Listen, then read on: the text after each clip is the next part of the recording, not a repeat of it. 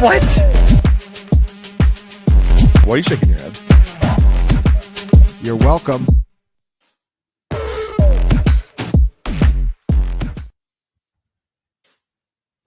Yes, Tuesday night. I'm back. We're back. Shout out to everyone for last week not being here. Jacob, Ryan, Lucas, you guys held it down. I expected to come back and just the place be burnt to the ground, but there was no mock draft. There was no 4-hour long show. You guys hung in there and did a great job. So I appreciate all of you guys. Appreciate all the messages and well wishes and happy birthdays and whatnot. Yeah, we're the best fans in the world. That being said, let's get down to business this week because there's a lot to get to. First off, we're going to talk about a little Twitter survey that we did today, talk about some players that you guys mentioned just to introduce a new little thing that we're going to be doing. Second, I'm going to be addressing Birthday Gate. There were some comments left on the YouTube page involving JCM/my birthday, hashtag calling me a coward. We're going to address the gate in comment review today. We are going to talk about some consolidation site movers. I've seen some players while we're talking about ranks today that I feel should be talked about. Some players jumping up as much as 55 spots in ranks as of late. Ryan and I had a conversation about a certain tight end that's crept into the top 7 that neither of us could really believe. So we're going to talk about that. We've got the ranking discrepancies. And of course, we've got predicting the biggest movers moving forward. I'm excited for all of that. But like I said, we have some things that we have to address, and we are going to do that early here on the show today. One of my favorite segments, of course, I love all the segments we do, but comment review. I can't wait. Let's dive in because there are things that I've been accused of that I cannot let. I don't know why that's freaking out so much. We're going to drop that back. That we have to address here. It says, first, big props to Lucas for his Tay love and working a quote in. He's a real one. Every week. Thanks, bro. Jaden Blues cleans. Stay clean. And every week Bill goes off will just be another week. Tipple has a birthday. Yes, he scored some touchdowns. The Johnny with a J says Tipple takes the day off for a quote birthday following Bill's 2-tutty breakout performance. How convenient. Happy birthday, TD. TT with a 6.58 yards per carry proclamation added on to the message. I am assuming that those comments are going to be next to nil this week as I return, as your boy went to the role that I kind of like we talked about, guys, right? He's going to have big games, but he's a touchdown volume dependent running back with a limited pass kit. He's in the Brian Robinson role, guys. But this week, love the comments. You guys can get them on here. Maybe you'll even get put up on the show here live. So shout out to you guys. Leave a comment right after. And I didn't listen to all of it, but L Duke 32 says enough already on Trevor Lawrence. He's a fluke. So I'm assuming you did go the full 2 hours, Jacob, on your Trevor Lawrence love fest. 3 to 4, just going back and forth with Trevor Lawrence. Yeah.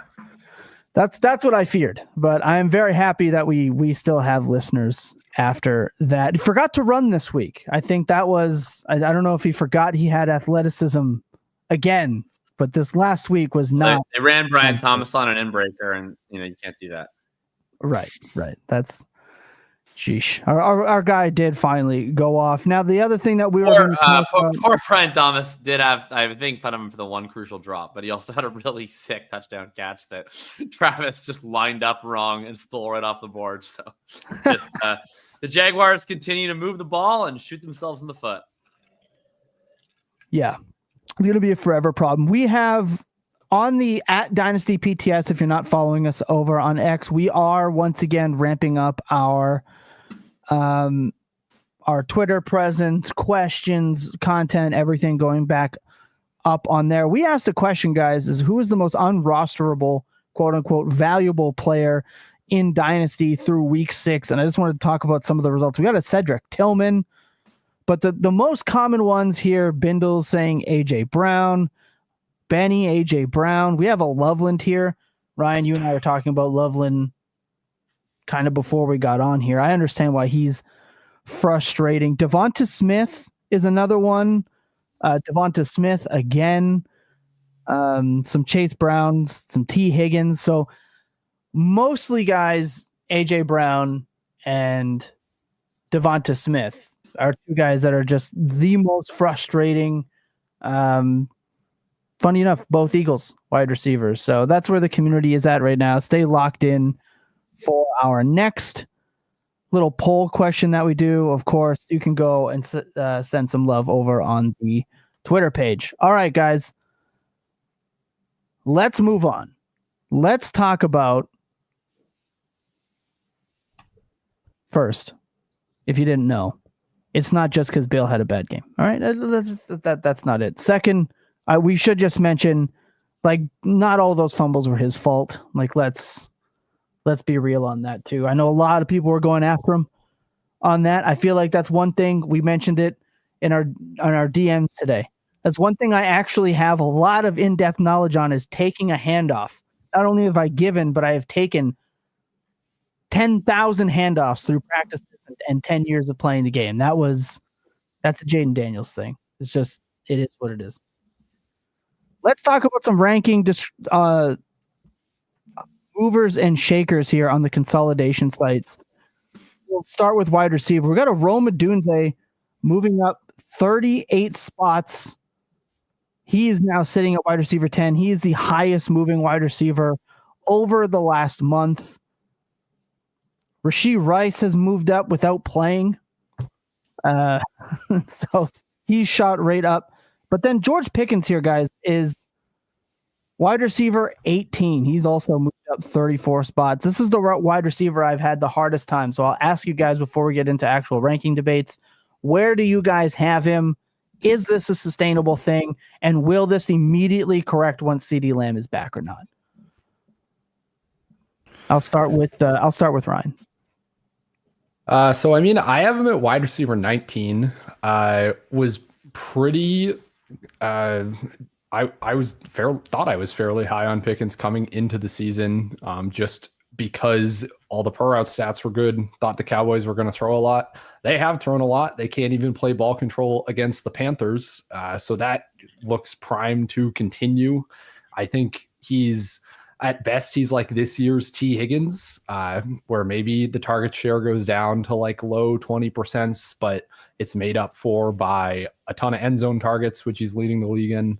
Continues to maybe score as like a high-end wide receiver 2-ish is kind of where I'm at when I'm ranking him there as the wide receiver 19. Hedging a little bit, yeah, maybe it just goes back to 4 or 5 targets a game, not a lot of production, totally possible as well. But I mean, I'm encouraged. It's hard not to be encouraged by what he's done the last few weeks. Right. Jacob, you are the kind of the original George Pickens guy here on the show. I just checked my ranks. I have him at wide receiver 18. Right beside him is Ladd McConkey. I have it at 17. So where are you with George Pickens, and is he in kind of that same group of player? I'm right with the people. I have him exactly at wide receiver 18. So same Okay. as you, basically the same as Ryan, basically the same as ADP. I mean, it's been obviously a very pure run out as a big George Pickens fan coming into the season that we get the CD injury.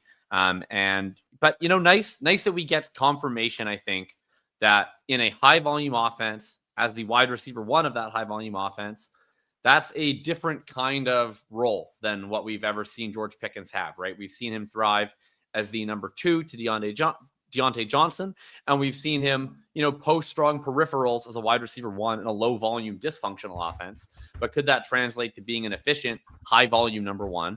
And at least through 3 weeks, the answer seems to be yes. And that's, really, really encouraging. So I agree with the comp that Ryan made. That was kind of the upside comp coming into the season, was he could be T. Higgins. He could be a guy who has a lot of spike week potential alongside CeeDee Lamb. And maybe you pair that with elite contingent value upside in the event of a CeeDee Lamb injury.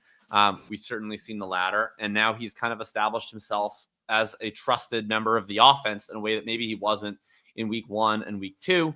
I think that's pretty exciting if you're trying to project the role for when CD comes back, because the way I view it is like this Ferguson stuff, I think takes a bit of the bigger hit when Lamb comes back, because just generally how teams are playing them right now, obviously you're allocating the most resources to Pickens.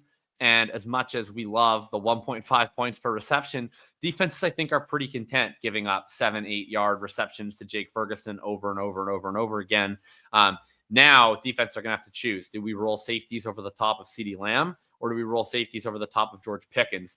Anytime you're going to get Pickens potentially getting single coverage with Lamb's presence back, I think he's going to light that up. He's going to be efficient as the number 2. So I think he continues to be a top 15 wide receiver rest of the way here, or at least close to it. Yeah, I think that nails it pretty perfectly. Lucas, anything to add, or are you pretty much just right on pace here? Well, whenever I was updating WAR this morning, I was kind of shocked to see that George Pickens is sitting there as your number 1 wide receiver in WAR for non-PPR leagues. And wow. I don't know, I wasn't expecting that. Yeah, number 1. Through 6 weeks of the season, he already has more touchdowns than he's ever had in a single season in his career. I think coming out of this year, we will be valuing him very closely to T. Higgins, assuming that the Cowboys are going to still be a pass-heavy offense. I think everybody would love if there was more stability in what the future of that offense looks like and what the future of the quarterback situation there looks like, which is weird to say with Dak Prescott, but that's kind of the reality I think we're sitting in with how the Cowboys have been playing this year and just what that future cap situation and everything looks like.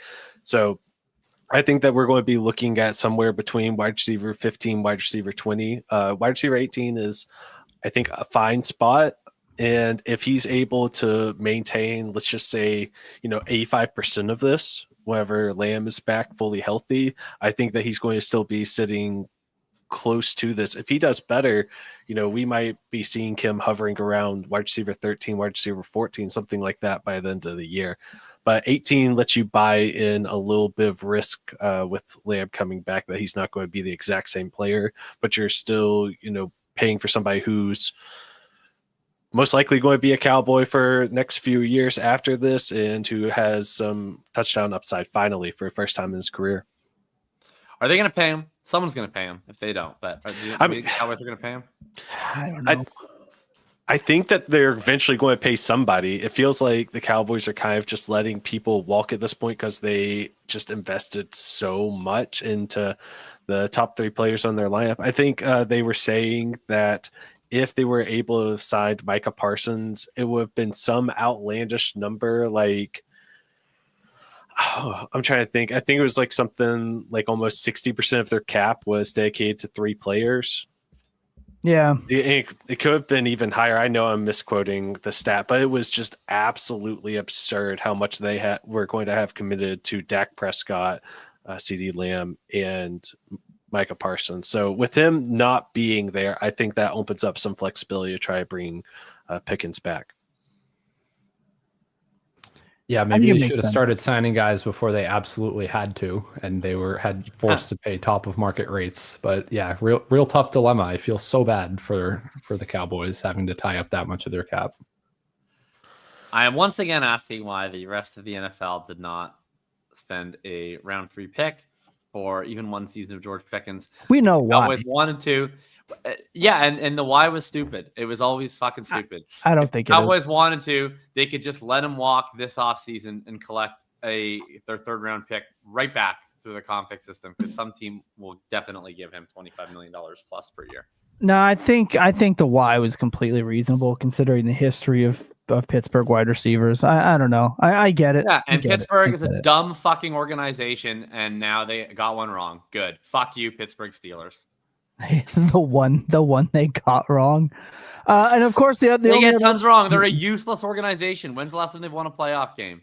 I'm so tired of people acting like Pittsburgh is anything but a complete disaster of boomerism that's out there throwing shots at the Browns for trading Joe Flacco. Like, Mike Tomlin, Fuck you. Like what? Like you're a completely washed dude. You haven't gone for a fourth down in your life.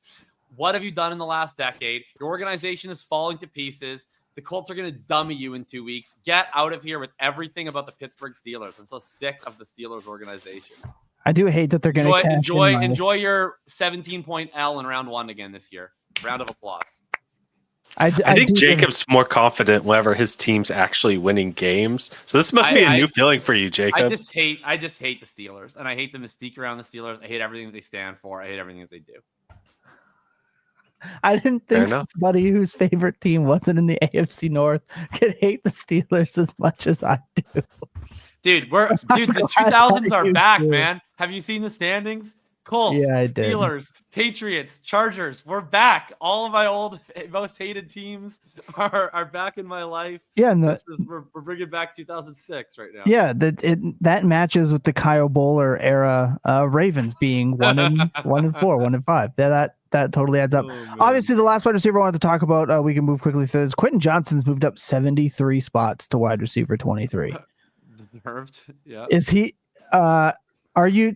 Just quick, because we don't have to break it down, but are you buying this price, or is this just like an instant sell for you? Because this is a sell for me. I mean, I have him lower, but not by much. I have him at 25 right now. Ryan, where do you have him? I have him at 33, but I acknowledge that ranking is like dragging my feet and kind of putting my head in the sand a little bit and like refusing to adjust. I have him at 40 for that reason. Yeah, I don't know. I think like 40.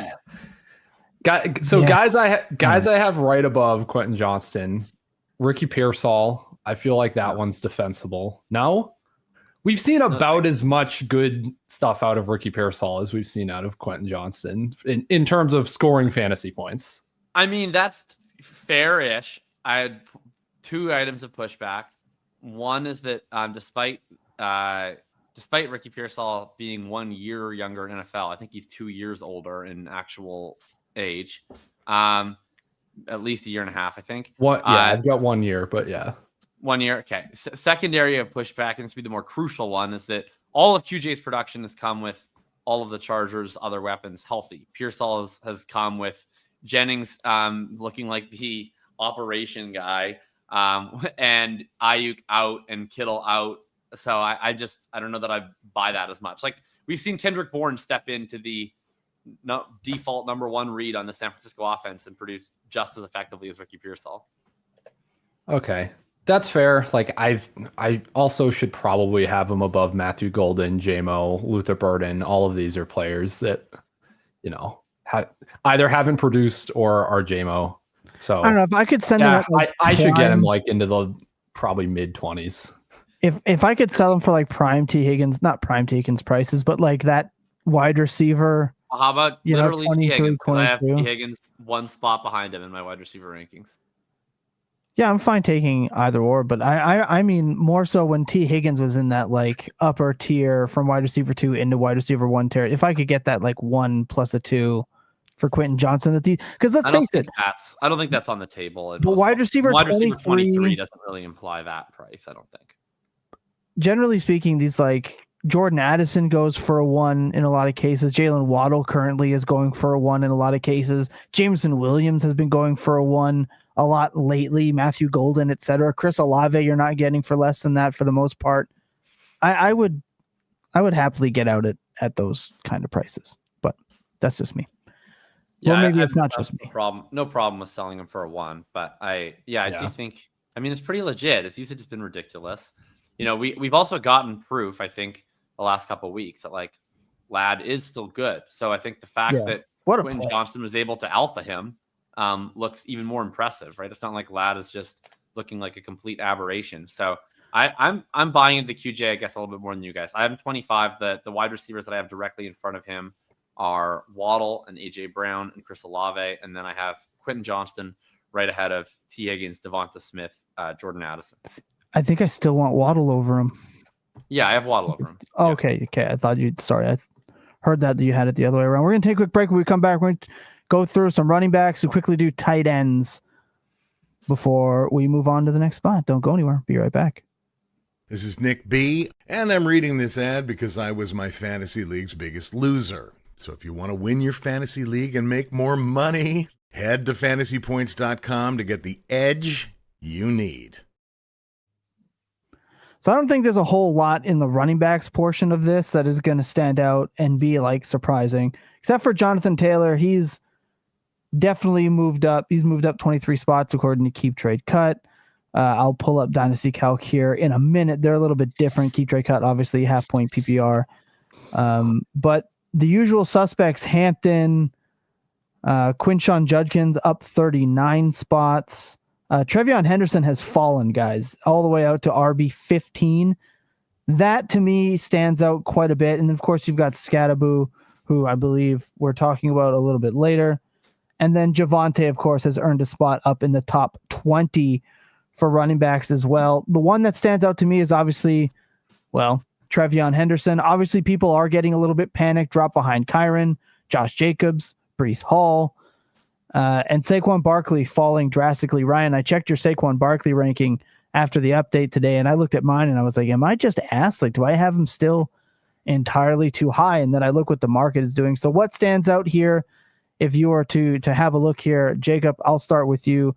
I'm curious. Obviously, we know you still love TreVeyon, right? Yeah. Where's your breaking point? Have you gotten to this, or are you still well ahead? I'm still higher than that, but I have moved him down a tier. So compared to the market and compared to Ryan, I basically have every rookie running back higher. So it's not really just a TreVeyon thing. I have TreVeyon. Let me just double check here. 1, 2, 3, 4, 5, 6, 7, 8, 9, 10. I have him at 12. So, I mean, higher in the market, but not like crazy high or anything. I have him at 13. So, yeah, I mean, I wrote, I can't remember the exact quote, but effectively what I wrote was, if you put me on True Serum, I think I will move him back up to where I had him at some point, because I still really do believe in the player, but I'm not going to rank as though reality isn't happening. So I've moved him down. I expect and hope to move him back up, but yeah, it's what's happening is happening. So they're not giving him a real shot, and in the limited opportunities, he hasn't done enough to force their hand if this is what they want to do. I still don't really get why they're insisting on 12 carries for 18 yards from Ramondre Stevenson, but I think it's probably just they can't run the ball really at all. Their offensive line has been weirdly good in pass pro and terrible in run blocking. Drake May's been awesome, and they seem to just be leaning into, we're going to win games through Drake May. And if you have kind of decided that, Ramondre is the far more reliable pass protector. So even if I disagree with it, I can understand their thought process behind it for sure. Okay, I like it. That's a pretty reasonable. We get a lot of TreVeyon. I mean, you saw it in the survey, right? There were a couple TreVeyon mentions in there. Shout out Kyron Williams, who's hanging out around that top 12. I'll say this for TreVeyon. I have him behind Cam Scattaboo. I moved Scattaboo one spot ahead of him. Interesting. See, that was going to be the next thing I asked. Ryan, obviously you talk to Scott daily. Is he just on cloud 9 right now? Is he just like firmly top 10 for Scott and Dynasty at all? Or where are you? And do you agree with this, or do you have him in a different spot? Because 74 spots is insane for a running back to move up. I don't know where Scott has him in Dynasty. I haven't talked to him about him in that kind of lens. I will say Scott is on cloud 9. Like I'm waking up to DMs about how he's whenever he's on an island with a take like Cam Scattaboo, that's always when it's the best. He's tweeting about Jackson Dart being the next Patrick Mahomes. Like Scott is definitely feeling himself right now with everything Giants related. So good for Scott. Happy for him. Happy for Scott. I have Scattaboo one spot behind Henderson. I did stare at that for a very long time and consider flipping them. I have Henderson at 14, Scattaboo at 15.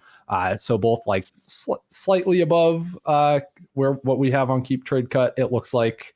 I think the main thing is I refuse to rank Kyron Williams above either of these guys. But yeah, largely similar thoughts to Jacob on TreVeyon, where the team is not really playing to his strengths, which should be like dialing up outside runs, getting him in space, throwing him the ball. That doesn't seem to be what they want to do.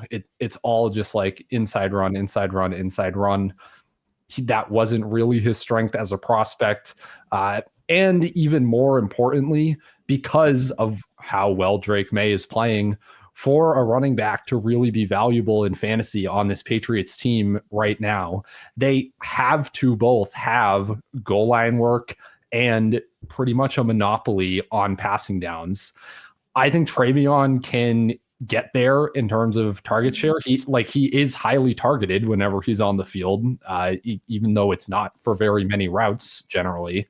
But like the touchdown stuff, the goal line stuff, those kind of were like his holes as a prospect that people have poked. The vision, the toughness on inside runs, all of that, fighting through contact, like the important traits for a goal line back. So yeah, I'm a little bit concerned, not moving him super far down. Have been trying to test the waters on offers the last couple weeks. Haven't managed to buy any yet. But yeah, that's where I'm at. I tried to sell him with a first to tear up at running back to like a Gibbs or an HN just to see if I would get any bites, and it was just pretty much auto rejected. So he's, there's definitely some, whereas I feel like before the season kicked off, I feel like, someone would at least send a counter. Like that wouldn't have been auto rejected. They would have at least sent something back, but not the case. Still disrespecting Kyren Williams, which, I mean, what else this man has to do? I mean, he gets the Christian McCaffrey workload in the passing game the week I was gone.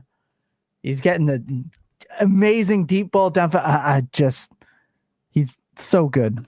Okay, So good. I will say the Christian McCaffrey workload was a consequence of Blake Corum fumbling early in the game. All of his receiving metrics were the exact same in week 6 as they were in weeks 1 through 4, as was pretty much every opportunity share related thing. He's a high-end RB2, and where I rank high-end RB2s that I don't think are particularly special talents in Dynasty is not above rookies that I think are good. That's really what all it is. High-end RB2. Gee, she's an RB1. Like, I don't know. Like for redraft rest of season, he's like my RB13, RB14 in that range. Oof. Yeah, I mean he has the one massive game against San Fran, which is great, and that counts into his average. But like otherwise, it's like 13, 10, 19, 10, 16. Like that's like what the Kyren Williams workload is. Okay, it just doesn't interest me.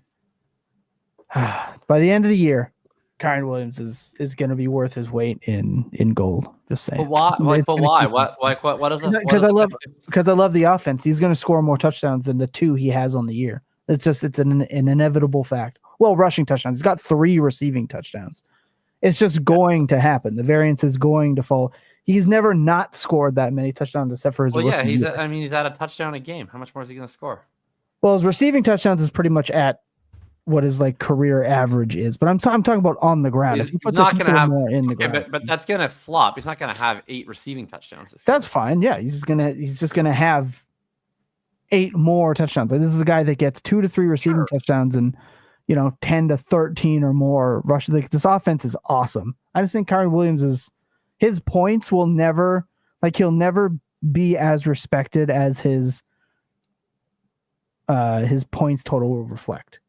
Basically, but you're right. Like RB2 though, I can't. But the community seems to have him in and around RB12, and I'm just wondering if it's just a kind of a statement on how ass running back is, or if he is worthy of that spot. Like we've got Josh Jacobs up there right now on Dynasty Calc. I don't think it's going to take long for Scatterboo to pass them. I think if Breece Hall is traded, I think he passes him. And then should TreVeyon do anything, I think he passes him. But it's hard to see anybody else. He'll probably hover in and around RB like 14. Where are you guys at on Barkley? Because I think we talked about him like 3 weeks ago, and I was already kind of sounding the alarm, I think, more than you guys were. I think I remain lower on him than you guys and the market. Like, what's your level of concern for the rest of this season and beyond on Barkley? I have him right now down at RB 13. Where's the market out on him? Is it 10? Yeah, they have him at 10. I have him at 10 as well. But then Ryan, again, like I said, shout out, you got him at 12. So you're lower. Yeah, so I probably line up. Ryan. Yeah, you said RB13, right? It's we're one spot off. Yeah. And one spot lower. So, okay. So I think we're probably thinking pretty similarly here. Where for me with Barkley last year, he had over 800 rushing yards and like 8 fantasy points per game just off of explosive runs that went over 15 yards. He has 3 of those this entire season, I believe. And it's like 50 yards on explosive runs. To me, those all happened because this Eagles offense rocked with Kellen Moore last year. It does not rock anymore. They are not playing the same. They're not doing any of the same schematic stuff. This offensive line has regressed a decent amount. Barkley's like role from just a pure opportunity perspective is actually a little better than last year. They're throwing to him more. They're using him more at the goal line. But yeah, the difference is just the offense and the ability to create explosive plays. Maybe not really through any fault of his own, but just the environment is worse. So yeah, to me, he is also like my RB11, RB10 in my rest of season rankings. So yeah, it makes sense that he would be down, reflecting that in Dynasty. And I don't know, like I could, if I really believed in the Breece Hall trade stuff, I would probably put Hall over him. I would maybe put Henderson over him if I really believed there. Like that's like the tier he's in for me. He was the most stuff. Yeah. Like the touches previous season. Cause I started to this I don't believe in that. No. Yeah. So I think you nerds just got to like get in the locker on this one. I understand like the injury people are always like, no, it's a myth. It's a myth. It's a myth. But like, seems like for a myth, it keeps happening. So like I like Henry doesn't look as good this year. Barkley doesn't look as good this year. I'm not saying they're washed for life. Henry looks awesome. That offense looks terrible. I even suspect that Barkley will probably look better again next year. But I don't know. The touch thing I think has some. Whether or not people can prove that it has validity, I buy it.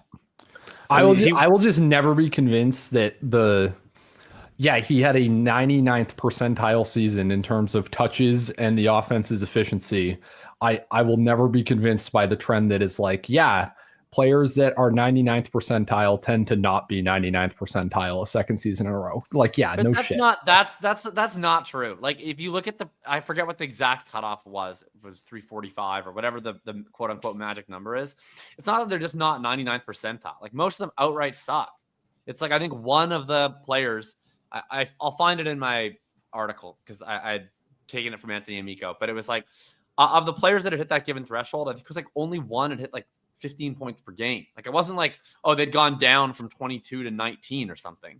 It's like they become RB2s seemingly overnight, and I think that seems to be where Barkley's going this year. We'll see. It's notable to me. I get it's a small sample. I get that, like, on the aggregate, you know, the guys with the can sustain a high workload, but at the extremes, I'm struggling to not be convinced that there's something to it. If Breece Hall gets traded, where's the spot where he moves up past guys like Kyren and Barkley? And where's the spot that either keeps him where he's at or potentially drops him if that's possible? Does anyone have like their RB wet dream landing spots? I'm just trying to think, is there a team that would be trading for a running back that would be worse for Breece Hall right now than the Jets? I mean, I guess the Chargers maybe, but probably Chargers is going to be better. That's probably still better, right? With Hampton, and you're right, because he is a free agent, but it just depends on how. My concern was the Chargers for him long term. If they re-signed him, if the Chargers got him and they re-signed him, that's quite bad, and it's also bad for Hampton. So I hope that doesn't happen. But if the Chargers just traded for him as a rent-a-player. Like, I mean, what we're hearing on Hampton is like, I don't know if we're getting much out of Hampton the rest of this year. It seems like it might be a fracture. It could be 6 to 8 weeks. Like, and obviously, if we were to get a notification that they traded for Breece Hall, that speaks obviously not well of Hampton's health. So, I think that would be fine for this year, and then hopefully he's a free agent next year. Chiefs would be fantastic, obviously. What are the other like somewhat realistic spot? Like who's trading for a running back these days? I guess maybe Houston still, but I think they're okay. I don't know what Cincinnati Commanders would be hilarious. I don't think it happens. But I don't think the Commanders are in the running back market. I mean, I would have said the Bears, but maybe Swift has just like had enough of a renaissance to stave off any challengers. Yeah, I don't know. But even if it was the Bears, like just the fact of if a team is making a move for Breece Hall, like it tells me they're probably going to give him a lot of touches. Like, so yeah, I don't think there really is a bad spot. I think the worst thing is that he just continues rotting on this Jets roster where they are so ideologically committed to using multiple backs because they happen to have two good ones in Detroit, where Isaiah Davis is running more routes than Breece Hall. Hall is barely getting any targets, to be honest. Like, I don't think Davis is really hurting him that much. And he's got the goal line stuff. I think he's getting hurt mostly just by the general suctitude of the Jets. Yeah. How many fantasy points has Isaiah Davis had the last 2 weeks? Like 8 combined? Does he? I think he has more targets than Hall over the last 2 weeks too. I could be wrong. Yeah, but like this week he had literally like 1 target, and Hall had I think 0. Like that's like it's not like it's Isaiah Davis is like stealing 6 targets a week. It's like they're not throwing any passes. They completed 9 passes this week. Yeah, like Fields had as many completions as sacks. That's the problem. It's not Isaiah Davis. Fair enough. Yeah. Cardinals was one that just got asked, but. You're right. Cardinals would be awesome. Cardinals would rule. Yeah. It would suck for all my Trey Benson shares, but it would be really cool. I don't think that they're trading for a running back at 2 and 4. But hey, if they did, power to them. What about, and this is they really shouldn't do this given their roster, but like Cincinnati, right? Like maybe they want like an established running game that isn't Chase Brown. I don't know. I don't know. Chase Brown seems like a perfect fit for New York, at least at this point. Like it would be a really interesting swap, but I think it'd fit the personalities of the coaching staff better. So I'm just, the only reason I mentioned it is because I'm sitting here thinking, I was like, what team is like desperate for their fan base? If they would, I think I saw that they had his value somewhere like a 4th or a 5th round pick. I don't know, another, like just the Bengals making the desperation play to Flacco to, there's just something there that I could see them like doing something kind of insane. That might be worse than the Jets. I think I'd rather stay on the Jets. That's fair, but that's the running backs between how we see it. One last one I wanted to note: RJ Harvey is in danger zone territory. He is in danger zone territory for the breakout, and the community is mentioning it 14 spots, and then of course our guy Chase Brown down 52 spots. And I'm still not buying. That's a crazy thing. Normally when we see something, an outlier like that, we kind of want to be buying it, but I don't want to do that. Let's quickly talk. Harvey is scarier than TreVeyon just because he's already 24. Like so he's going to be 25 next year. I mean, it's hard to be patient with a 24-year-old rookie. Yeah, ML says, but Breece wouldn't want to go to Cincinnati. The thing with the trade is it doesn't really matter if you know, or if you want to or not. I don't think Hall has a say in that, but but I agree he shouldn't want to go there. I don't think Cincinnati's going to trade for Breece Hall, but it was my long shot. Like that was my just. I think he's going to stay on the Jets. To be honest, I mean this regime is staring down one and done. I don't know that they're I don't know that they have the long term view of we'll trade one of our only 2 good players on our offense. Right. Let's talk tight end. Jacob, your boy Tyler Warren, he's crept up to tight end 3. That is where I have him in Dynasty. But I want to talk that Jake Ferguson. This is an asinine ranking for him, in my opinion. He has moved all the way up to tight end 7. He's up 56 spots.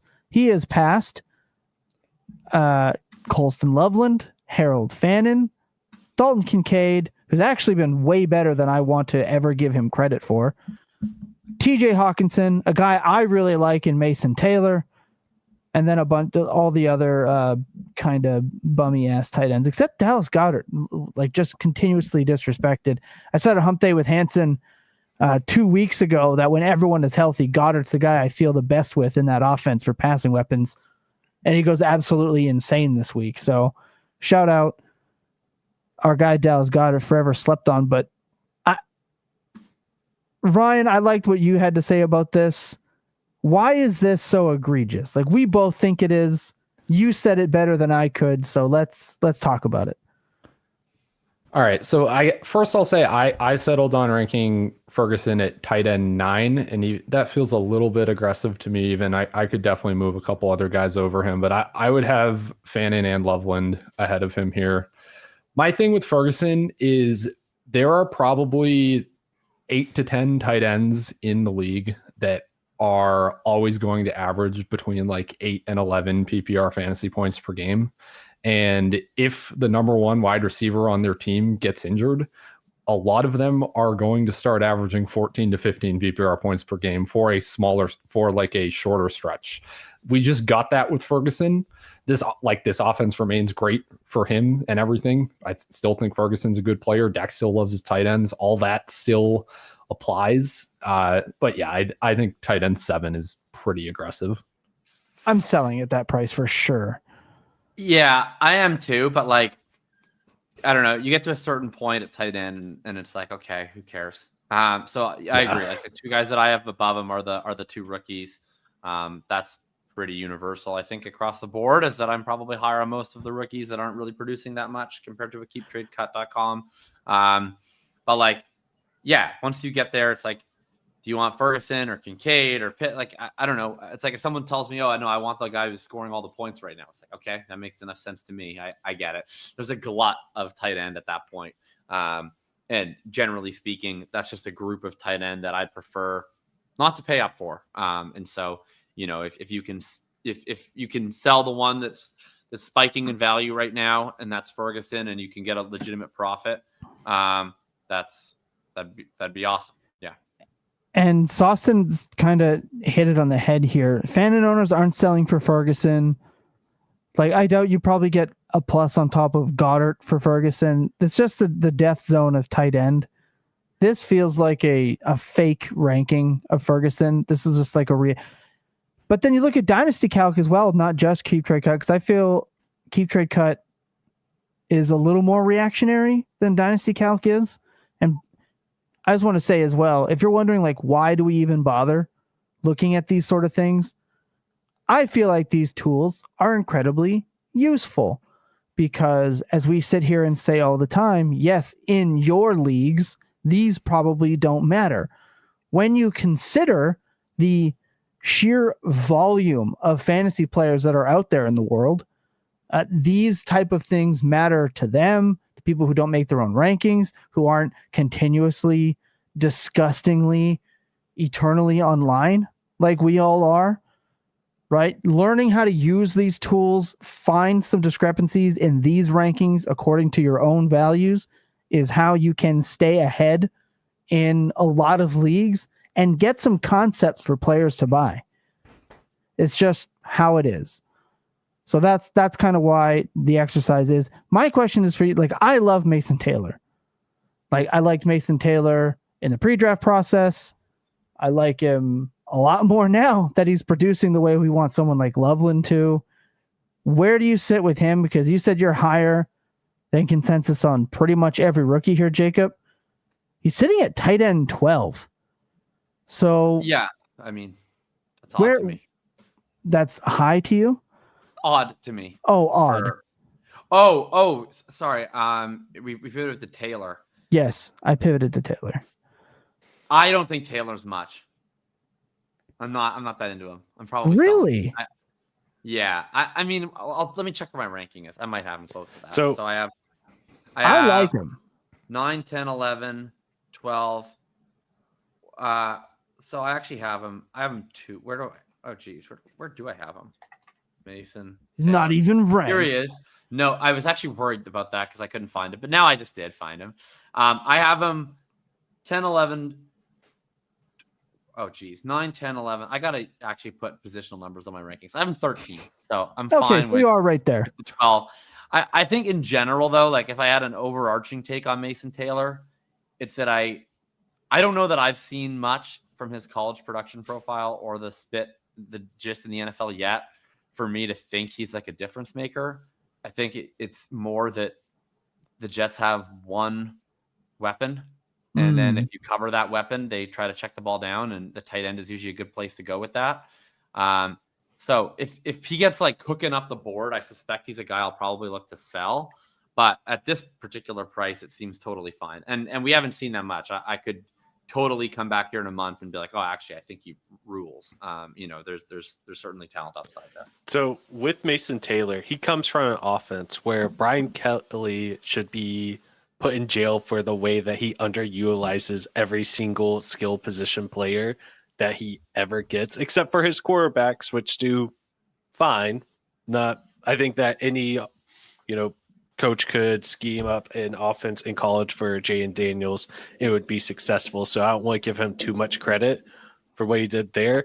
But the way he just completely underutilized Mason Taylor in college was just sickening at times to see. And he had a really good athletic profile, so that gives me some hope. And for a position that's really hard to establish yourself as a rookie, he is producing. He still is earning targets. Yes, the target competition is much lower, but I'm going to be looking at him a lot. If somebody wants to have Mason Taylor over Harold Fannin, I'm okay with that. I think that there can be an argument made there, especially whenever it comes to draft capital and some of the production right now. So I'm fine there. I do get a little bit more skeptical with Colson Loveland. I think that Loveland's prospect profile is still so much better than the Mason Taylor's. So I don't want to get quite to that level yet, but I'm okay with Mason Taylor. If somebody wants to rank him as tight end 10, I can see it. It's not for me yet, but I can definitely see it. He is I have to move him up. I have not really adjusted my tight end, so I can't really count his rankings. He's 23 at it as current, but that is not where I would likely have him. But he's somebody that I would trade away Hawkinson for. Obviously, Hawkinson is ranked below him on like Dynasty Calc, but I don't think that's going to be a real life reflection of what the values actually are. Would you trade Dalton Kincaid for him? No, only because I know, like, just market, I shouldn't have to. That's like, I'd have to get something else. Right. And that's how I'd feel. I would try to move. Perfectly fine doing that. Okay. That's fair. I think like Ferguson, I'd move him. Like I would move Ferguson for Taylor if I got something else. I'd rather have Ferguson. But then, I get Dak tight end for perpetuity. That works for me. But let's look at it this way, right? For the most part, Ferguson is one of like 2 to 3 playable tight ends on your team. Right. So it's really going to come down to like the plus. Like there's almost no team where I have Jake Ferguson where I don't have other tight ends that are pretty much profiled the same way, like Ryan mentioned it. Whereas like any week they're going to score you 11 to 13. What if the plus was good enough? What if it was a full second? Oh, well, of course. Yeah. Right. But like when you look at somebody like who's scoring a ton of points, like somebody like Jake Ferguson is, and Mason Taylor, who's maybe a bit of a high, he's a rookie. Maybe people want those upper tier points, willing to move off him. I'm just saying that there might be some opportunity to tear down with a plus that can help stack and then still have a very viable option at tight end. That Jets offense was so woefully bad. I would have liked to have seen 3 straight weeks of good production from Taylor to be even more confident, but he's one of my favorite players to like keep an eye on. Hopefully we get another Taylor on the Jets offense soon. Please. Not going to talk about quarterback. What's if I give you an over under of what's this? This is going to be week 7. If I give you the over under of week 9.5, Tyrod Taylor is named New York Jets starting quarterback. Would you take the over or under? I think it's Fields all year still.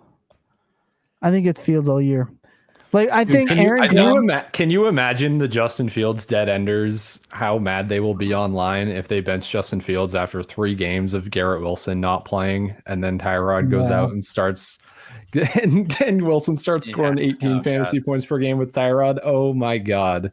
I mean, that's the thing, man. They're not going to have Wilson for the next 2 weeks. Like, can you imagine how bad the Jets offense has been? The Jets offense without Wilson the next 2 weeks is going to be just abominable. Like Mason Taylor, 12 targets a game. This offensive line can't block anybody. Justin Fields has no internal clock at all. And like they're about to roll out a passing unit of Josh Reynolds, Arian Smith, Tyler Johnson as their starting 3 wide receivers. I don't know if I've ever seen anything as bleak. It's going to be like the Kendall Hinton game. Oh, God. Let's not relive that ever again. Oh. The saddest part about the Jets offense being this terrible, especially their offensive line, is if you're looking back at their draft classes. So 2020, Mekhi Becton, who's now a guard. 2021, Elijah Vera Tucker, who has been banged up, but it just hasn't worked out. Out all year. Yep. And then, we have 2022, 2023, nothing. 2024, Fashanu, tackle, hasn't worked out. Then Armand Membu, too early to tell here. Maybe good. Yeah, he might be good, but it's like that's rough spending, out of your last 6 years, 4 first-round draft picks to make your offensive line, and they're still not performing, or they're on different teams playing against you at this point. Like they need a really big reset. Like they have to at this point. You've been saying that with the Jets for since Mark Sanchez. They need relegation. They need relegation. You're sending them to the UFL? And they're not the only one. Like the Titans, it's enough already. Like let's not have this as a franchise anymore. We're going to talk what we're trying to accomplish with that team. There's a few. Like we just got to relegate a few teams every year. Bring in some CFL teams. Bring back NFL Europe. It's enough already with the Jets. Yes. Please bring back NFL Europe. Some of those jerseys are some of the best. Yeah, bring it back. I love that call. Love that shout out. Let's take a break. When we come back, we are going to go through some ranking debates now with Jacob and Ryan, as Lucas and I try our best to make sense of it all. At the end, I have quarterbacks up. This is why we're not talking about quarterbacks. We're going to talk about a few coming up here. You are not going to want to miss out on that. Sit tight. We're going to be right back. 45 seconds? Nah, f*** that. This ad is over after I say fantasypoints.com. Okay, let's talk rankings. Oh, that's not the one I wanted. Sorry, but first, there are a couple players. Let's just talk about the players specifically that we're going to talk about through this while I pull everything up, because you guys have settled on some pretty good ones here. Jacob? All right, well, let's pick just a couple because we're already at 53 minutes. So first one is a quarterback that I was kind of stunned to see that I was way higher on than you guys. I've never, I don't think, really pictured myself as being like a truther for this player. It's not my intention to be, but I have Cam Ward still at Dynasty QB 16. Ryan has him down at Dynasty QB 24. For me, this is not about you're not going to get the film bro spiel from me about how Cam Ward's actually been playing great all along. You're not getting that from me. I'm not going to go full Orlovsky. I think he's been terrible. But I am curious. I don't know if I could get a number 1 overall pick down to QB 24 by week 6. I don't think I could just do that. But Ryan, you're burying him 6 feet under the ground. Tell me why there's no hope for Cam Ward. Yeah, so as you said, I have him at QB 24. Guys I have directly above him: Daniel Jones, Sam Darnold, Jared Goff. I think you could very easily argue that having him below Darnold and Daniel Jones is like begging to be embarrassed and dunked on and fantasy reseeded. And I acknowledge that, but my thought process here is this team is dead on arrival for the next 12 weeks of the 2025 season. Please relegate them. The ownership just changed hands, so I can't even say sell the team. The new owner has been here for 6 weeks. Resell the team. Yeah, just put it up for public auction. Buyer's send remorse. it to the scrapyard. For me, there is almost Cam Ward could be amazing. I don't think we're going to see any evidence of it this season. So to me, I want to rank him where I think he's going to be viewed going into this offseason, because I think there's zero risk to like keeping him up, because he's a first overall pick. He could be really good. We could see it eventually. I agree we could see it eventually, but for me, I can just worry about that dilemma in the offseason. Once we see what kind of draft capital the Titans have, what types of players are being mocked to them, if we actually think there's going to be a real tangible plan for this offense, what coach they hire next, all of this stuff can increase Cam Ward's value. Probably nothing before December can increase Cam Ward's value. So to me, give me Darnold, give me Daniel Jones. They're scoring points. Darnold has a contract. Daniel Jones is probably going to get one or a franchise tag. We had that discussion. I'm giving the contract myself. I'm working on it. Perfect. Jacob's writing it up. Yeah. So like they have it, like some offseason stability. Like I expect them to be in a team's plans going into next offseason. And that's all you can really say about Cam Ward right now is he'll be in the Titans' plans. We don't know if it's going to be a good plan. So I've just got him at the Titans have never had a good plan. So I've just got him at the bare kind of minimum where, if I want a bargain hunt, if I'm a rebuilder, I might look to buy Cam Ward, but I don't think you have to right now. Calvin Ridley could be out for 3-4 weeks with a hamstring injury. There are no receivers on this team aside from Alec Ayamaner, who is maybe good, but we don't know. And we also probably won't find out this year. So yeah, it's just really bleak. And I don't think it's going to bite me before December. I agree with all that. Like, I don't have any expectation that he's going to do much this year. I mean, anything's possible. He's played literally 6 NFL games, so I won't, I guess, rule it out. But I agree that it's not to be expected. I think my ranking will wind up closer to his offseason ADP than your ranking will. Like, Bryce Young was like a 5th round pick coming off of a terrible rookie season. Trevor Lawrence was obviously a way higher thought of prospect, but he came off of a horrible rookie season. He was still like a top 2 round pick. Zach Wilson was the 2nd overall pick.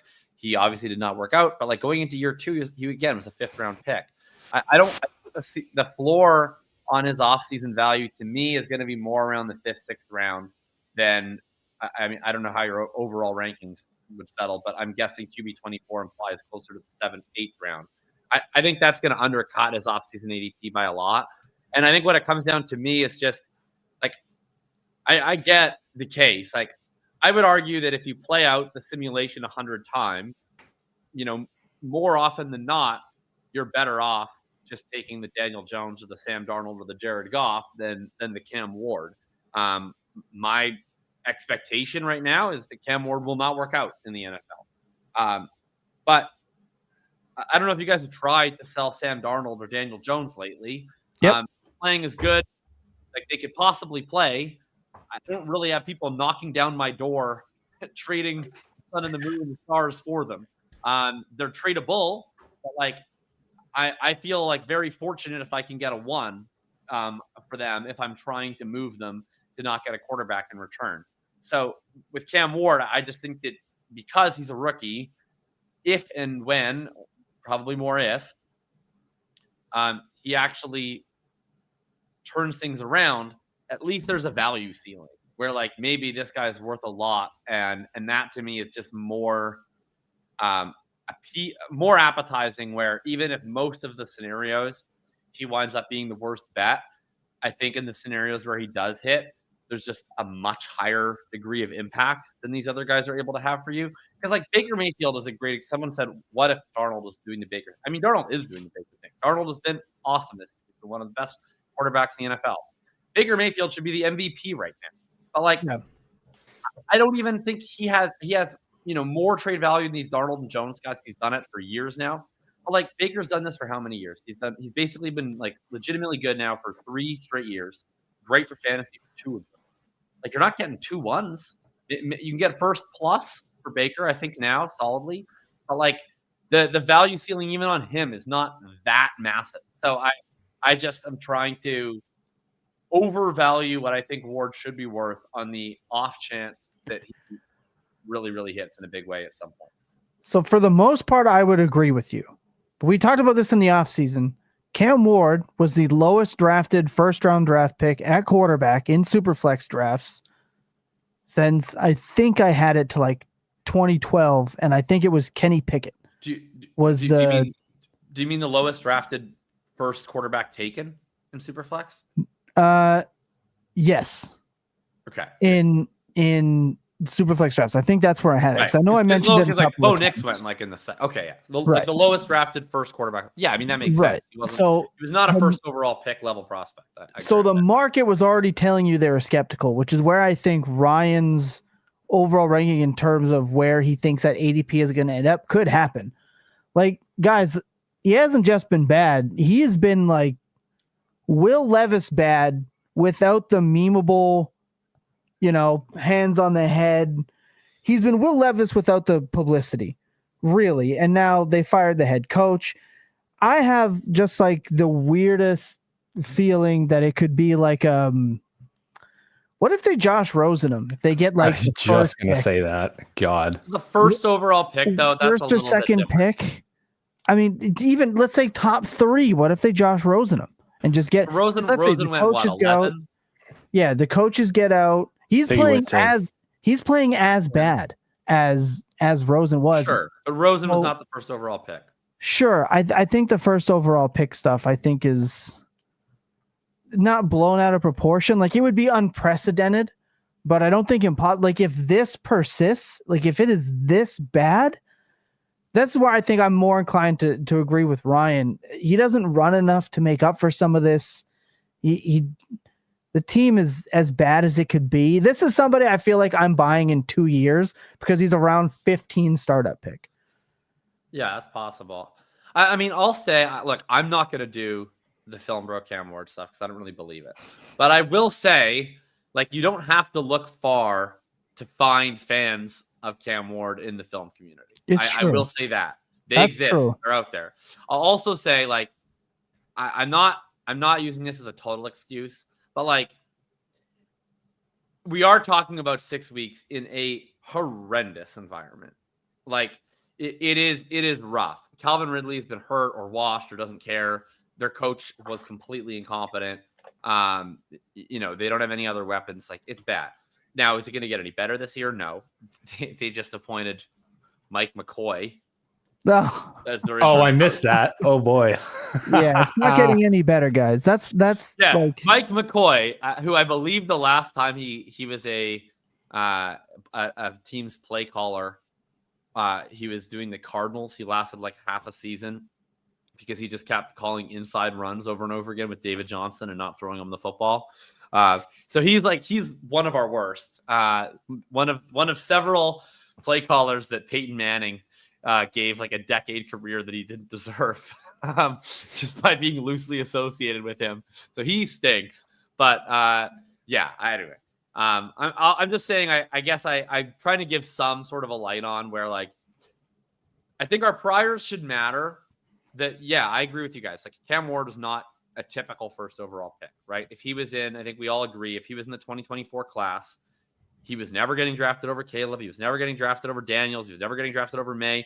He would have been drafted somewhere in that next mix with McCarthy and Penix and Nix, and maybe behind all of them, maybe ahead of a couple of them. That's kind of where he was as a prospect. And he got buoyed up because he was in a quarterback class that nobody really liked in the league. So I grant all those things. I just think if he was that higher pedigree guy, I think we would give him more of the benefit of the doubt than we are. Whereas I think a lot of people didn't like Cam Ward ahead of time. I didn't love Cam Ward ahead of time. And now they're just like, yeah, it's over. He fucking sucks. And it's like, yeah, he probably does fucking suck. But like, he just seems to be getting a slightly short window given that he has some pretty legitimate excuses for playing like shit in a horrible environment. I mean, I find it interesting you have him ahead of Michael Penix Jr., who might also suck, but is in a much better environment. Yeah, I mean, that's a fair one. Penix doesn't run at all. and they're a very run heavy team. I mean, at least he has a better environment, so that's fair enough, I guess. Yeah. Yeah. Just I think I might have. to me. That's fair. I could probably swap that. So can I ask the Devi guy and let him shine? Who's the quarterback that would make him Josh Rosen-y? Right? Like, is there somebody that I know that, because look, it's not going to be Arch. He looks god awful. He's definitely staying. Is there a quarterback that would make that possible?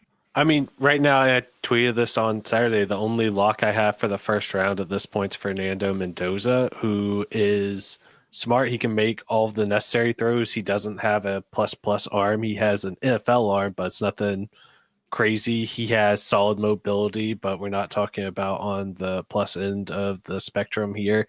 He is a really good processor, and I like that you can see that he picked up a brand new offense as quickly as he did. So I really like him, but I don't know if he's going to be worth the risk of trying to re-roll Cam Ward and hope that you might get Fernando Mendoza. Like, if today you were going to sell Cam Ward and you're like, I'll just take a base first for him to re-roll the position and we'll see what happens.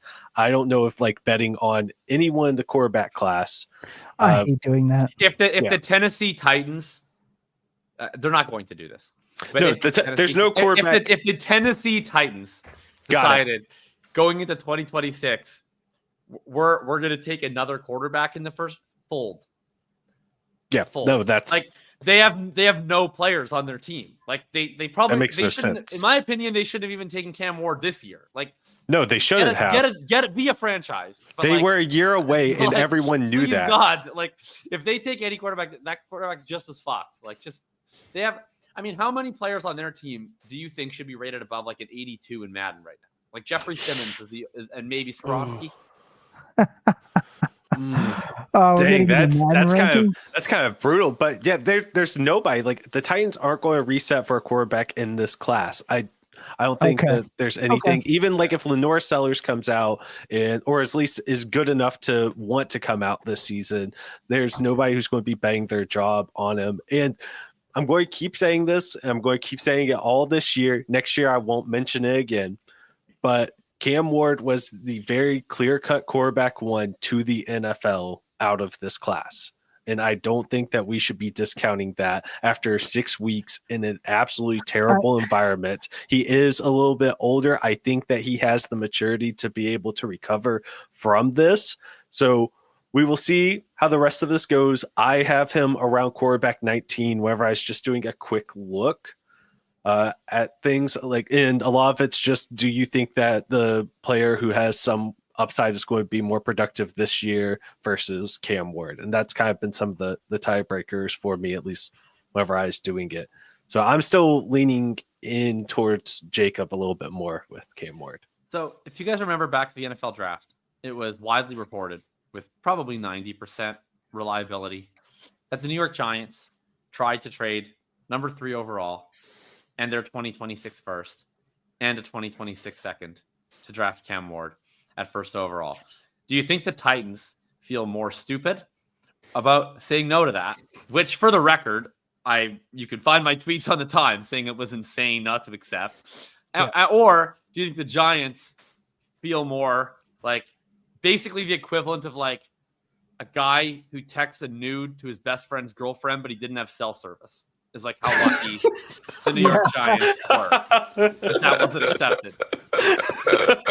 Wow. Oh my gosh. I love that. The last thing I want to say on Cam Ward is I'm going to do the thing that I fucking hate whenever anybody says this on the internet. But yeah, you're right. When we kind of really look at the evidence and look at reality, it is true. The Titans probably are not going to Josh Rosen, Cam Ward. But the fact that we would even think about it, that says a lot right there. That totally tells you that it's crazy that we would even think about it. That makes you think. That's such a good analogy. I'll just say this as the last thing. First, I think the Giants are relieved that they tried to do the stupid thing and ended up in a better place because they've done it so much in the last couple of years. So I'm thankful for them. I think the Titans are also dumb for not doing that. But I will say this is also why I don't take where, like, I don't think Jaxon Dart ever should have been 201. I think I said that enough on this podcast going in, but that is where I look at profile as the difference, right? Like the running profile was just too good. Where they're slotted in an NFL draft does not dictate to me where I think they should go in ADP and rookie drafts. I don't. And I'll continue to do that. And I said this on the mini pod. I feel like this entire Cam Ward, Jaxon Dart, Sam Darnold thing is just the ultimate win for the punt QB2 cultists. Like not drafting Cam Ward 103 because I'm a rebuilder and I need a quarterback. Just to take the quarterback that falls even at 110, 111 looks like an absolute smash. And shout out, I have a lot of Geno Smith teams, a lot of Aaron Rodgers teams that are now thriving because of the Jaxon Dart stuff. So just a note as to why I don't look at he was drafted first overall compared to the guy that was drafted not that much after him with the better fantasy friendly profile to me is just kind of why I do that.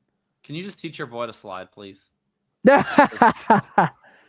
Yeah, I would like to. I remember back then they used to make a big deal out of bringing in baseball players to help teach NFL quarterbacks slide.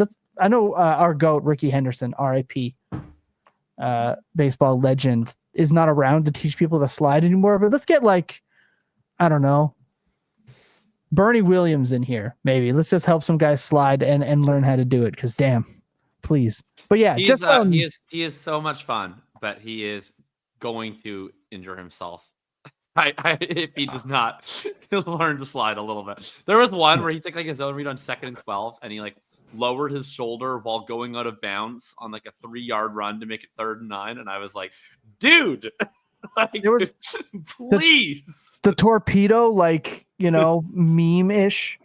Head first out of bounds for the first down was where I was like, all right, that's what Tua wants to be doing, and neither of you should be doing it. Can we get Cam Scatabout just to follow Jaxon Dart on these quarterback runs? So as soon as Dart's ready to get hit, he's like, you know what?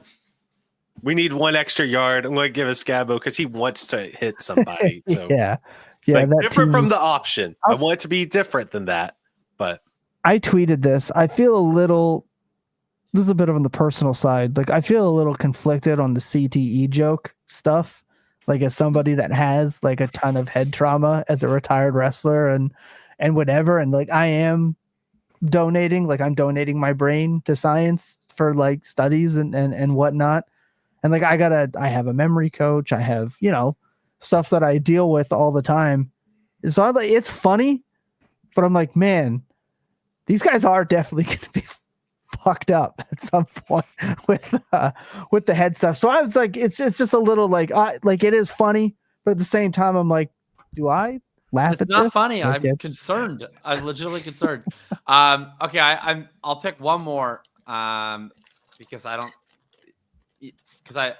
don't often get to be the high person on this guy. So look, before you go, I'm clean. Oh yeah. On a better note, shout out.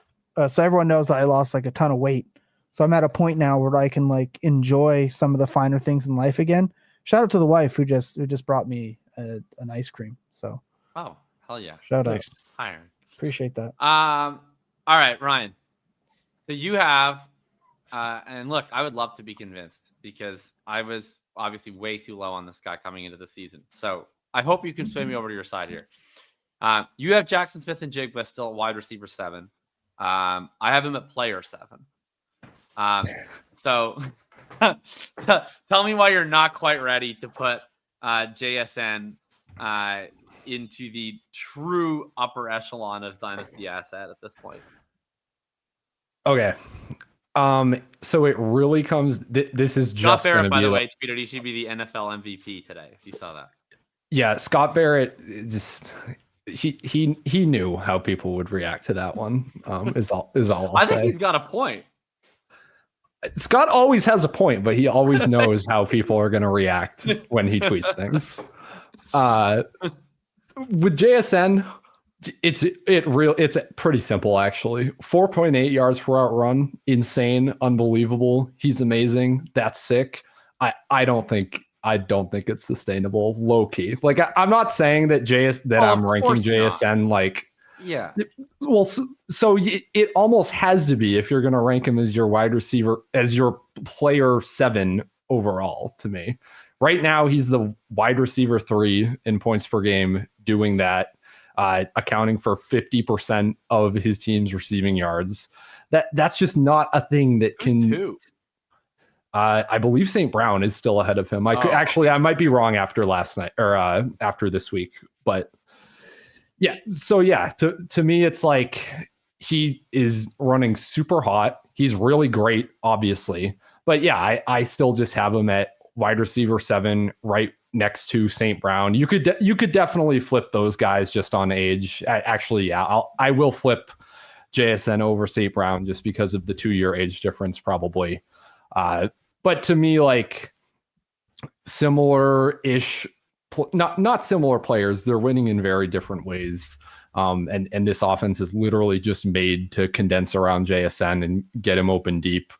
But yeah, I don't know. I can't imagine that a receiver on this type of offense where he's the only really thing happening in their passing game. They're not even passing all that much to begin with. Like, I don't know. To me, it's just like Kubiak and Darnold are doing a magic trick right now. And I don't know how long it's going to last.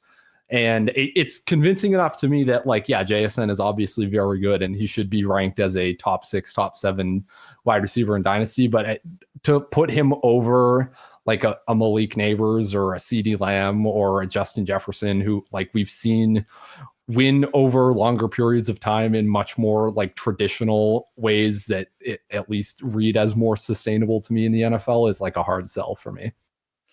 I think that I'll say my one slight bit of pushback is that he could get more receptions if all of their drives didn't just end in one play because he has a 65-yard touchdown. If those were incomplete, they would just throw 3 20-yard passes to him instead. So we'd end up in the same place because he has like 90% target share. Imagine all the 2-yard carries that Charbonnet gets going to. I wrote. That's true. Honestly, you could say there's meat left on the bone in the Seattle offense in that sense. Yeah. I wrote, I think Ryan will appreciate this today. I said, I think that the Seattle offense is basically the exact same as like the prime Arthur Smith, AJ Brown, Derrick Henry, Ryan Tannehill Titans offense, except instead of giving the ball to Derrick Henry all the time, they give 15 carries to Jeremy McNichols. Otherwise it's the exact same. But it is fair.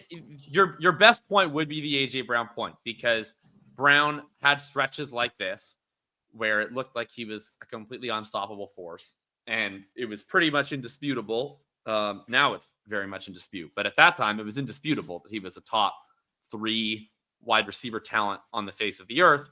But he was in this really weird offense that was, getting this frankly unsustainable production out of Ryan Tannehill, and was running the ball a ton. And AJ Brown's production was coming in very specific ways. And we would see at times where if that efficiency wasn't hitting to the same degree, then all of a sudden he's not going completely insane compared to, where he is right now. So I see the point, but I do think even as a volume dominator, he's been at a level above what AJ Brown was in those offenses. They're building the entire plane around him. And, who knows? Maybe Darnold does need this type of tailoring to be this good, and they're clearly doing something right. But he has been so good. And their rushing attack, unlike those Titans team, sucks. Like, they're really run heavy, but it's gone under the radar. They aren't actually good at running. Like, Walker has some explosives, but all of the success rate concerns with him are true. And then Charbonnet is just neither explosive nor consistent. So I do wonder, like, will they ever lean into the pass a little bit more if they get more comfortable with how well Darnold is playing? And that's where the meat comes. Probably not. But for now, JSN just looks like so unbelievable that I feel like I have no choice but to capitulate. So we actually pulled this at Dynasty PTS. We asked this straight up, who do you prefer, JSN or Neighbors? and it was JSN. Yeah, Right? I mean, one of them is going to score 0 points this year. I like the one. Right. Yeah. So I'm wondering if it's more that, and then by the offseason, the moment he's a little bit healthy, we see one report. Does this flip back, or does JSN just kind of deserve to be there? Just something I thought was interesting with how much it was being talked about. Yeah, and then that's true, Kevin. I was wrong. I said Charbonnet was inconsistent, and that's not correct. He is actually very consistent. He just runs into the line for 2 yards on every single play. You know what you're getting. And then just to your Baker Mayfield stuff, Baker or Burrow, we had. Okay, well then I stand corrected on side. you don't get. I stand corrected on you don't have substantial trade value with Baker Mayfield. That obviously. Yeah. I thought I was the high guy on Baker Mayfield. Oh my god! I'm gonna say hashtag not in my leagues on that poll, but fair enough. I can see some people being desperate enough to do so. Totally. Like, if you got to add a little something, I could see it. But can I just say last time Joe Burrow got hurt for the season, he goes straight up for Sam Howell in one of my leagues. Sam Howell. That team's in order. That team's no longer with us. Did they play Devi is what I'm wondering. It was a Devi league. It was a Devi league. There you go. That's the only place a trade like that is going to happen. But yeah, like you might have to add a little something. But I'll say this: Andy Buckler is one of those who have said like he's just kind of over Joe Burrow, right? Every other year we like lose Joe Burrow for the season or half of the season. You can just almost rotate the every other year thing with him. Feels like you're trading for and then trading away, because of injuries all the time with them. I get it. I understand. So yeah, if you're interested in kind of where we're sitting with player values and polls and whatnot, you can head over to Dynasty PTS over on Twitter and check in, be a part of it. We love your support in that. So shout out to you guys. Any other players you guys quickly want to run through before we do our player picks? Yes, no. Anyone else that's really stands out to you, Ryan? I'm just trying to remember guys that Jacob had brought up. I put Trey Benson at, where did I have him? I significantly higher than Jacob. Yeah. 17. So I had Benson at RB 17. I would love to be talked out of this one. I know you had him quite a bit lower. To me, watching like what the Cardinals did with their backfield this week, it just says to me like they are rudderless. They do not have there is not like a long-term carryover for anything they're going to be doing until Benson's back in 4-ish weeks, and he's just going to be gift wrapped a backfield for the rest of the season and probably look pretty good. And James Conner is 30 whatever years old, and to me he's just going to take it and run. But like I would love to rank like, I don't know, Ken Walker and Bill and RJ Harvey over him. If you can like talk me out of thinking that that's just what's going to happen. Well, so like Bill, I don't get why you would not rank Bill out of him. Bill's currently playing. He's a rookie. He's currently starting and he's healthy. I don't get why I would rather take this bet on this guy who started one game in his career and got hurt during it and might be back at some point this season, and who knows. That just seems, I don't know, seems like a stretch to me. Maybe I'm just less optimistic on the recovery timeline. So it was a meniscus trim. He's missed 2 weeks. If he's actually going to be back after another 2 weeks, like I'm interested. I have no idea about that. And we'll never know because the Cardinals don't have beat reporters. So we found out he was going on IR like a week after the game. So I wouldn't surprise me if he's not back for like another 6 weeks. And if that's the case, like they go into the off season and he's played 4 games, 5 games for them. Are they going to, and they might be cleaning house. Like, are they going to go in and make him the guy next year? Maybe, maybe not. It just seems very risky to me. I can see the scenario where he comes back, he establishes himself, and it goes, the way that we were planning on it to go when he first took over for James Conner. I just think it was a really ill-timed injury that injects a lot of uncertainty into the mix for a player that we still have no idea really if he's any good or not because we've barely seen him play. So I'm just preferring the guys mostly who either are rookies and have, I think, a little bit more insulation, or guys that I can just put in my lineup right now. Versus Benson just feels a little bit risky to me, where you're gonna have to parlay multiple things. No, I think that's all fair enough. I think maybe like where I'm coming from is just looking at like the Cardinals' expected fantasy points in their backfield every single week, and like what it could look like, and like what the roles should be and was with Benson. But yeah, maybe that is just, maybe I'm focusing like too much on the cardboard cutouts of the role versus like this is a player that got injured and has to come back and actually play well for it to work out. Yeah, that's kind of where I've been with Benson for the last little while. I'm going to be putting RJ Harvey and Benson beside each other, I think, for the rest of the season until one of them decides to actually play and be good. So, well, hey, RJ Harvey at least looks really good every time he touches the ball, but Sean Payton is the ultimate trap man. Dude, is Sean Payton just bored? Like I loved your rant on this in Sunday Drive, Jacob. Please read it off. I loved it. Yeah. I will literally just read it, because like if you zoom out, it kind of is irrelevant, because in every configuration of this backfield, it results in J.K. Dobbins getting 35 snaps and 18 carries. So like it doesn't really matter. But like just the little bullshit that he does around the edges just to like make my life interesting is just fascinating. Like here's directly, I think Sean Payton just bores easily. This type of thing probably matters mostly to me as a running back usage columnist than it does to any fantasy player, but it's ridiculous how much he changes the margins of his rotation on a weekly basis. He opened the year playing Tyler Boutte as a pure passing down back, with Dobbins as the early down lead and Harvey as change of pace. The next week, or by week 3, he phased out Boutte and primarily used Dobbins in passing downs. In week 4, he used a drive-based rotation with even snaps. After a press conference in which he credited drive-based rotations for the team's rushing performance, he abandoned it the very next week and reinstalled Tyler Boutte as the passing down back to his week 1 rotation. Then he made Tyler Boutte inactive for some reason, only to bring in Jaleel McLaughlin and split up passing down snaps between all 3 backs, as well as giving 4 to fullback Adam Prentice. To what point? I have no idea. And yeah, I just like, it's so weird. I don't understand why he does a completely different rotation every week with his third down snaps. It's my favorite subplot of the season. It makes no impact on fantasy, but I just don't understand what goes through his mind on a day-to-day basis. I can tell you exactly what the point is. It's that every single week there's a new breadcrumb for me to cope about RJ Harvey in the Everything Report. Okay.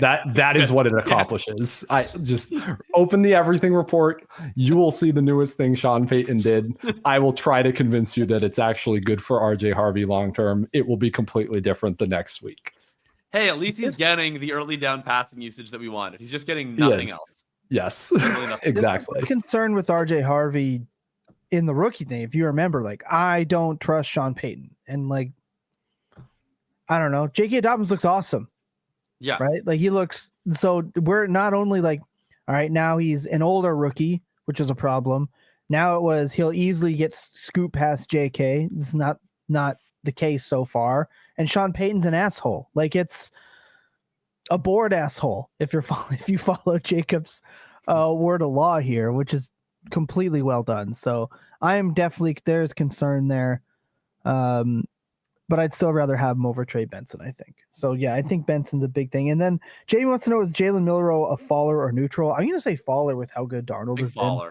Big faller. Yeah, he was. Yeah, he looked terrible when we did see him, and then B, Darnold has been as advertised. I think he's faller.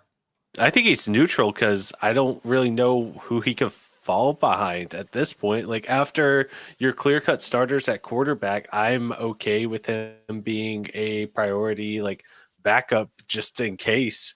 Like, I think he's sitting around there, like, depending on what your team makeup is, but like, he's going to be somewhere around the Joe Flacco's of the world. He's definitely above Anthony Richardson in my head. I think he's above Shedeur Sanders at this point. We'll see about Tyler Shuck, but he's probably above Tyler Shuck. Like, I don't think that he can fall, and that's my issue in calling him a faller. It's just I don't know who. Can I say in quarterback rankings, sure, but overall rankings relative to draft pick compensation, like, coming into the year, there was a chance. I can buy that. Like coming into the year is an easy story to tell. Sam Darnold has 1 year guaranteed. Maybe he turns back into a complete pumpkin, and Milroe is starting by week 14. Now it's Sam Darnold as an MVP candidate. They're going to make the playoffs, and barring something quite surprising, I see no reason why Darnold wouldn't be their entrenched starter going into next year. Yeah, I agree. It's more of a look of his, how do I put this eloquently? His vibe is definitely gone down, right? The idea that he is going to come, he's going to come in and play this year. You got to draft him because his rushing upside is elite. He's top 12 if he gets to play. Sam Darnold's not actually that good. It was the Vikings that propped him up. That's why you had to draft him. That's why he went in the second round sometimes. It was based on Sam Darnold failing. He's not failing. So that is, where the drop comes down. Again, rankings, it's like tough because like you guys said, it's like the starters and then it's like ass. Right, not even all 32 starters are right people you want in your fantasy teams. Let's be real. After like QB 12, it's like I could pick whoever. I don't care. They're all the Spider-Man meme. It's just the idea of him playing has definitely dropped. Is kind of how I would do that. Let's take a quick break. When we come back, we're going to hit you with one player each that we think is going to gain the most value, and then we'll quickly run through our player picks. By the way, there's a new leader on the board. So shout out, sit tight, don't go anywhere. We are going to get to all that on the other side of our last break. Sit tight. 45 seconds? Nah, that. This ad is over after I say fantasypoints.com. Well, let's talk about a player that we think is going to be the biggest mover by the end of the year. Mine, just off the top of my head, I can go first. Not a whole lot to it. I just think it's going to be Luther Burden. That was going to be my answer. It's just the most glaring and the most obvious one to me. He's already moving up. Like, granted, he led the team in yards and targets, etc. There's this there's two weird DJ Moore sectors of people out there where it's like hashtag free DJ Moore, and then it's hashtag get DJ Moore the fuck off the Bears. Like, there's no in between with him. So I think that he is a candidate to get moved. And even if not, I just think what we've seen already, plus the people that really believe already, granted, I was a doubter/hater. I just think for overall value, he is going to shoot up the board, probably to where Quentin Johnston has shot up to at this point, is kind of where I believe Luther Burden is going to be. I think he's easily a top 24 dynasty receiver by the end of the year, even if the production doesn't catch up to it. I just think this is year one. Look what happened with JSN. Look what happened with Rome. I think Luther Burden is our guy for that this year. I think he's easily a top 24. Moore's not a bear in 2026, I don't think. Absolutely. Every one of his touches is just like, we now take a break from our actual offense for a scheme touch to DJ Moore. And then it's like, okay, back to our actual offense. It's just so weird. Like, he never gets any touches that are in the actual flow of their offensive scheme. It just feels like they're like, oh, right, we got to get more a touch. And then they do a little tailored play for him on a bubble screen. And then they're like, okay, are you happy now? We'll see you in 10 plays. Like, it's just, the vibe is off. And I agree. I think it has to be a matter of time until they get Burden in over Zacchaeus or Moore or whatever. I don't get it, but whatever. Yeah, it's frustrating. ML, it's definitely not going to be Fields. Fields is definitely. It's because somebody asked Flacco or Fields this week, and ML said Fields. Okay, I missed the first half of that. I was like, damn. I thought he was going to be the tries. Yeah, no. All right, so Jacob, you and I, we're in lockstep. Lucas, do you got yours handy? Yeah, I just had it, and I'm finding it again, but. Gosh, it's really tough because we're already seeing so much movement in the rankings, especially if you're looking at, Keep Trade Cut or any of these more up-to-date rankings. I'm going to go with Kayshon Boutte, though, coming out of this. Like I just said earlier, Brian Kelly criminally underused every single skill player he has ever had.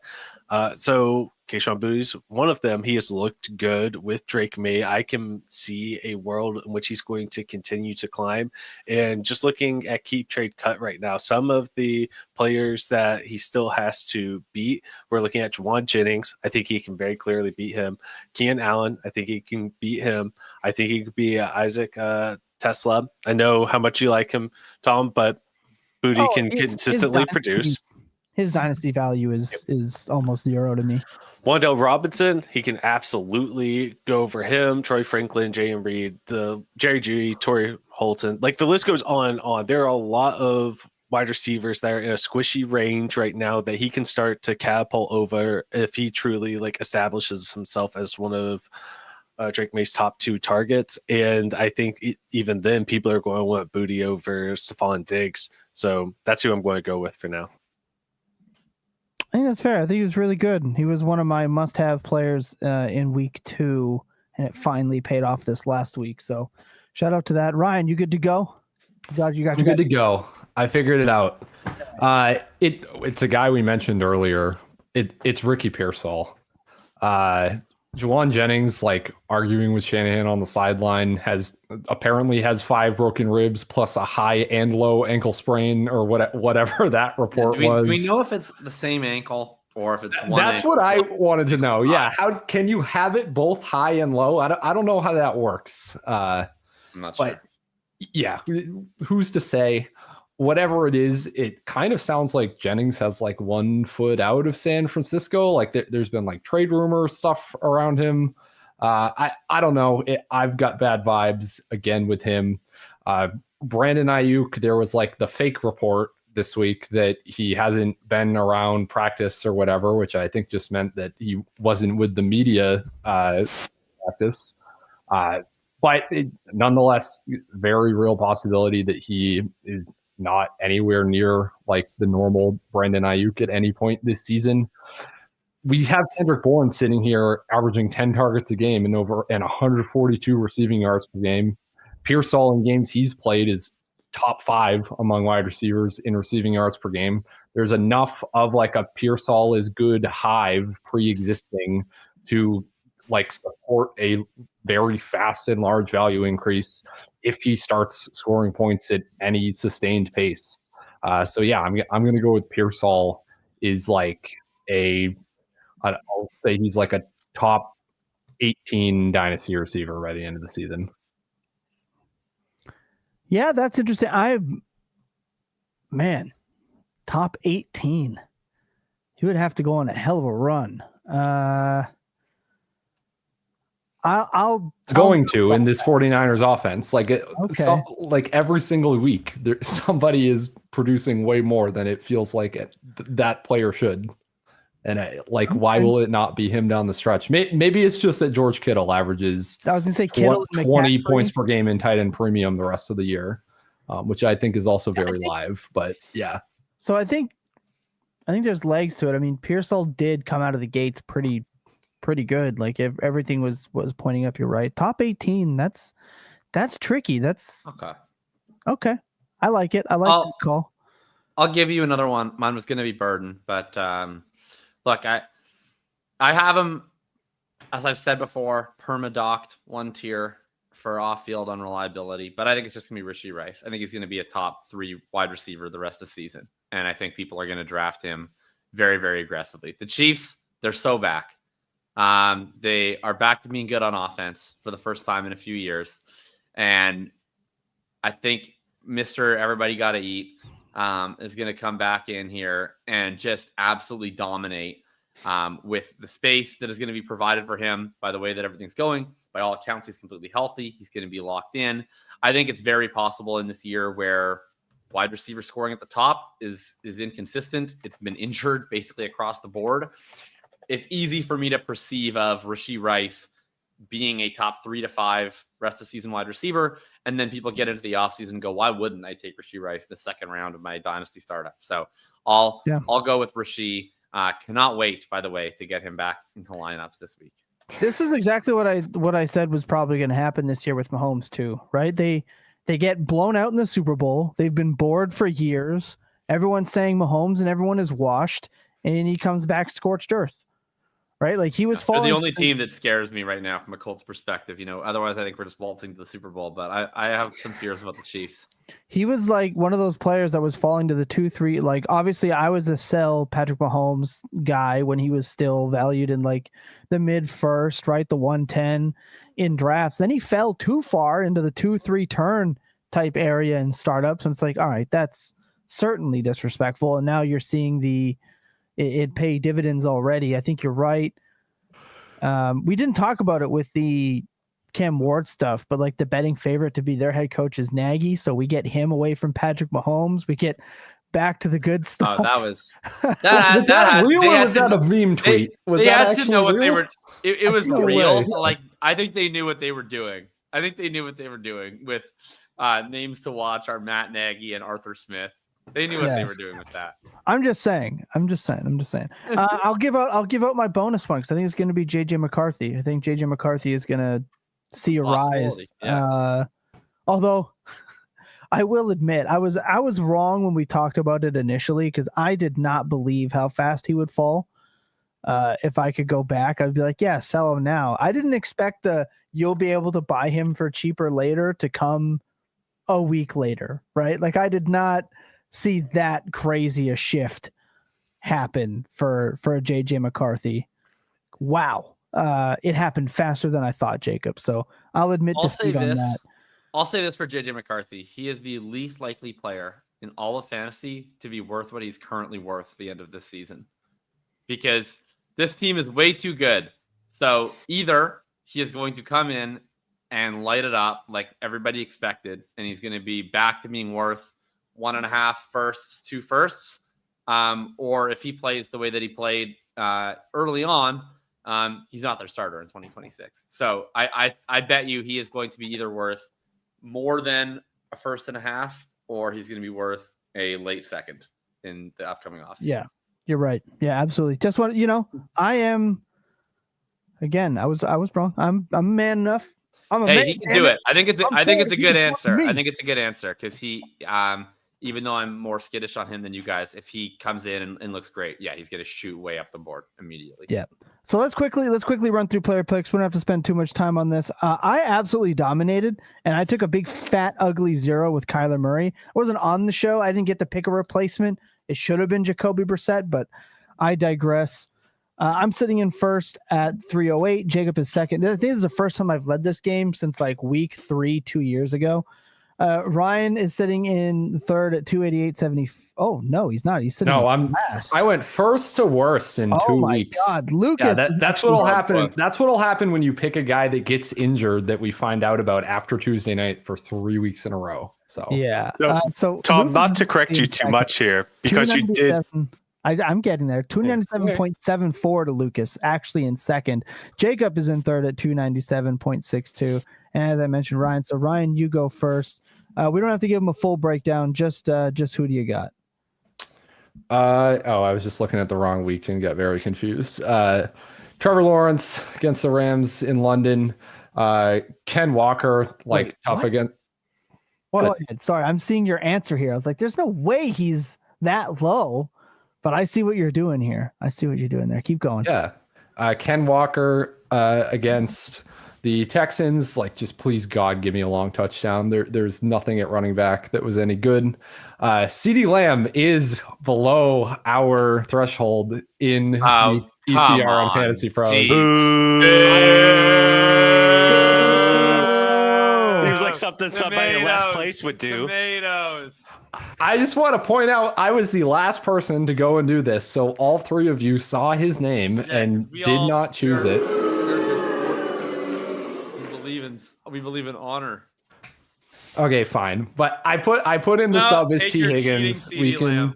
Okay, if you insist, I wanted to bring it up. If you guys want to veto that, say it's not in the spirit of the game, I would completely understand. Let him have it. Let him have your guy coming off of a high ankle. Let's see what happens. I want to change the rules though.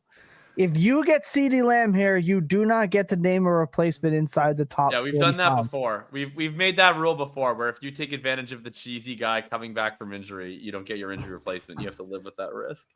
Okay, fine. I'll just go with T. Higgins then. There we go. All Coward. All right. He's a coward. Yeah. Boo. T. Higgins. He's changing it with anger. Look at the look in his face. He's like, he's not happy about we went to the tape. We watched challenges in reversing the call. It's no good.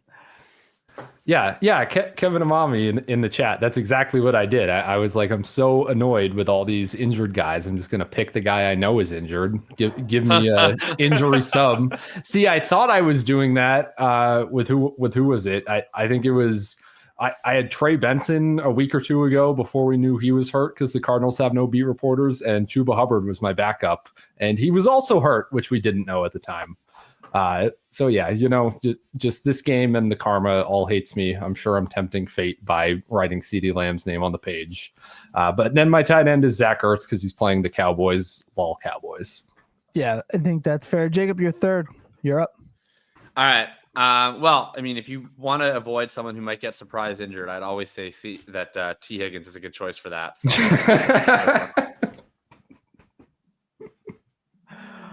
All right. I've got Michael Penix. I've got Ramondre Stevenson because I don't want to live in this world, but if I have to, I may as well benefit from it. They're playing the Tennessee Titans.